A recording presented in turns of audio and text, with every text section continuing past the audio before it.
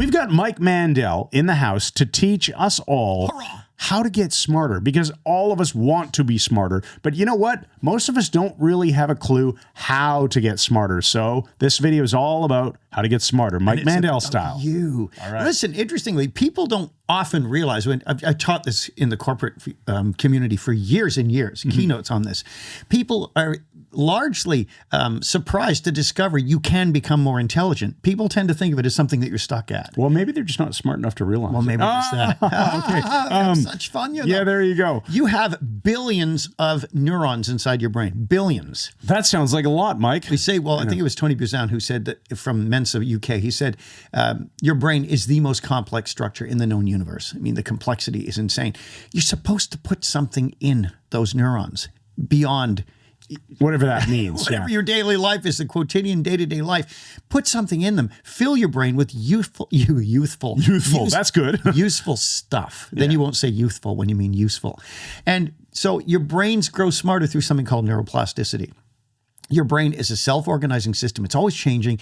And when you know about that, when you recognize that, you can start to educate yourself in ways that are very powerful. Yes, that is true. Okay, and I remember we used to talk about this on the podcast many years ago. Right. And you'd mention things like give yourself a classical education, study new topics. Yes. You would recommend things like the Great Courses, which you used to get on DVDs. Right. And now they have announced very recently, we don't do DVDs anymore. It's all online. But basically getting smarter involves feeding yourself the right kind of stuff. Exactly, and having the right kinds of patterns. If you fill your brain with junk, that's what you'll get. That's, garbage in, garbage out. Sherlock Holmes, who never existed as a real person, when he was written up in one of the stories, he said that the brain should be furnished very, very carefully. Watson was amazed to learn that Holmes did not know that the earth spun around the sun. And he said, now that I know, I'll do my best to forget it. He said he thought it was a finite amount of space. And you have a lot of space. You don't have to worry about this. But the key is when you learn things, use variety. Your brain loves variety. And the larger number of things you learn, the more they interconnect with each other through your brain's pattern matching system. So you must not make a list of things that you do every day, and it's always the same. You're only interested in, lacrosse or something, and nothing beyond that. You are limiting your ability to be much more intelligent. Okay, so how do you fix that? Well, first of all, the whole nutritional aspect, there's a huge connection between omega-3s, fatty acids, and good brain function. I take fish oil and every day, or you can eat salmon and other fatty fish like that. That'll work too. But give your brain the right sort of nutrients first. Exercise. You've got to breathe. You have to breathe deeply. Get the oxygen going to your brain, the glucose going to your brain. So there's basically some simple patterns to get involved with so that you're getting physiologically, you're getting movement, and nutritionally, you're getting the right stuff into your brain, into your body. Exactly. Interestingly, I can't remember where I learned this, which book it was, but the cell membrane has fatty acids on it. Yeah. And omega-3 and omega-6 fatty acids compete for the same spots. And most people have way too much omega-6 because of all the seed oils in people's diets, corn, soy, canola, things like that. Yeah. So one easy way to make sure you're getting the proper omega-3, take a supplement, or just get rid of all the ultra-processed crap foods from your diet. It's not good for your brain. And Chris said exercising, oxygenating your brain. So you've got movement, you've got proper nutrition coming in, and avoid head injuries. This might sound like an obvious thing, but it isn't.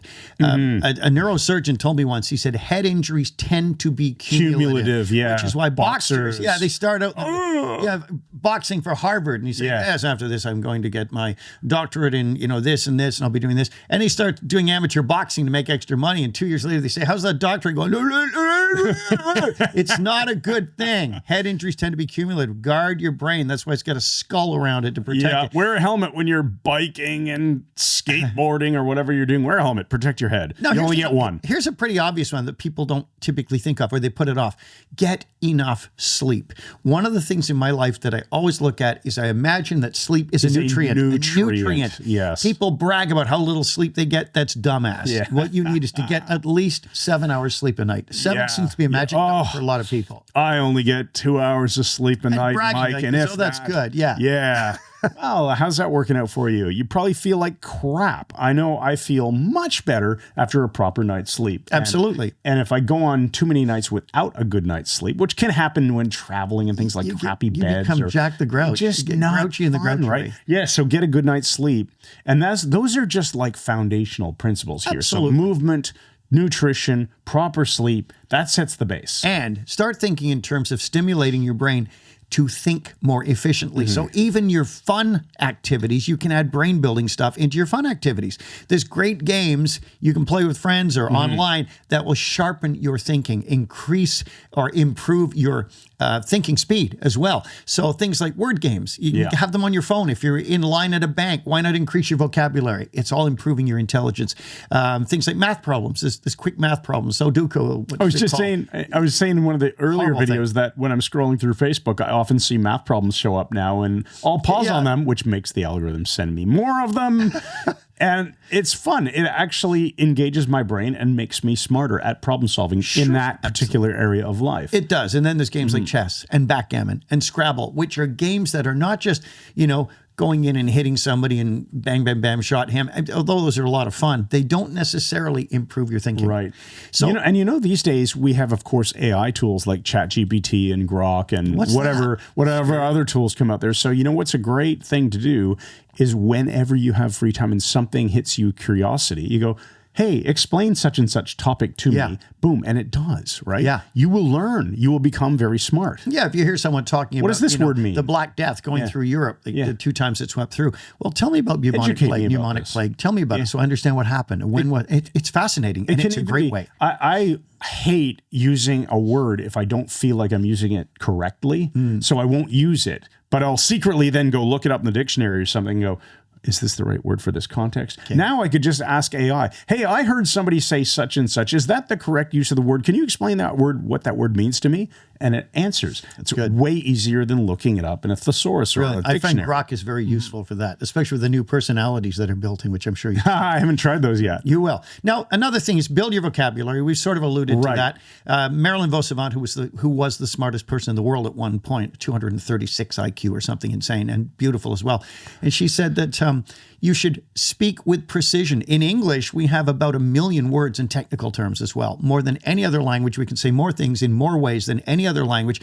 Make your speaking precise. Learn proper vocabulary. You don't have to sound like an idiot. Nobody has to. And this will enable you to think more precisely and to be more effective communicator. And to that end, I say, read some of the classics. It doesn't have to be, you're going to go through the entire library of everything Samuel Johnson has said and Poe and all these. No, just pick up something that's an older book, maybe 100 years old. Read that, a page a day even, and let your brain begin to dwell on different words, different thoughts, and be curious. Why are we curious? It makes me happy to learn things. And curiosity does what? Oh, it lights up your brain. It gets you into a learning state. Yes. Right? When you're curious. In fact, that's why at the Architecture of Hypnosis, when we're teaching live training, Mike is always using metaphors that don't have a specific purpose other than to generate curiosity. Because when you've often said that when you are curious, your brain becomes like a vacuum cleaner. All your sensory channels are vacuum cleaners. Give me information. And it's a great state. It's a very empowering state. And so... And not a Hoover, like one of those high-end Dyson multi-$1,000 vacuum cleaners. I'm thinking more of a SIBO, but anyway. Interestingly, this is one I'm failing in right now. Not the vacuum cleaner part. My wife would testify. But the entire thing of turning off your TV from time to time. And right now, as of the making of this, I'm watching the NHL hockey playoffs. They're going to lose. I'm just sitting in front of the TV all the freaking time, which is unusual for me. It'll be short-lived. But that's not yet. It will be short-lived. Let's go through these quickly. Ask better questions. Ask, is this useful? Am I putting my time somewhere that's a good idea? Am I getting smarter? Ask the right questions. If not, what are you going to do to change it? Learn a brand new topic.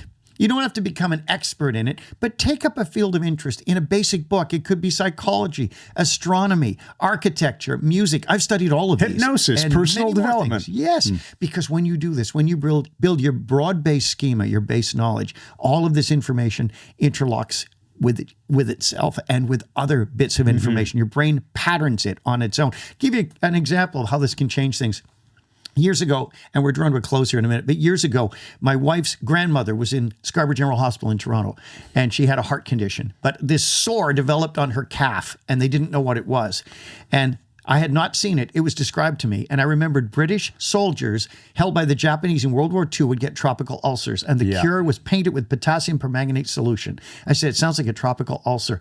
Tell them to try potassium permanganate. Never saw it. The doctor comes in and she just said to the doctor, what's a tropical ulcer? And he went, have you been to the tropics? And she said, no, I spent a couple of months down in the swampy parts of Florida, though. He said, we're going to try potassium permanganate. Now, I hadn't seen it, but I had the schema to diagnose this. Right.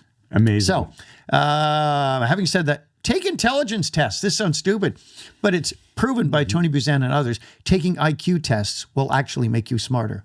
Makes sense. IQ there you go.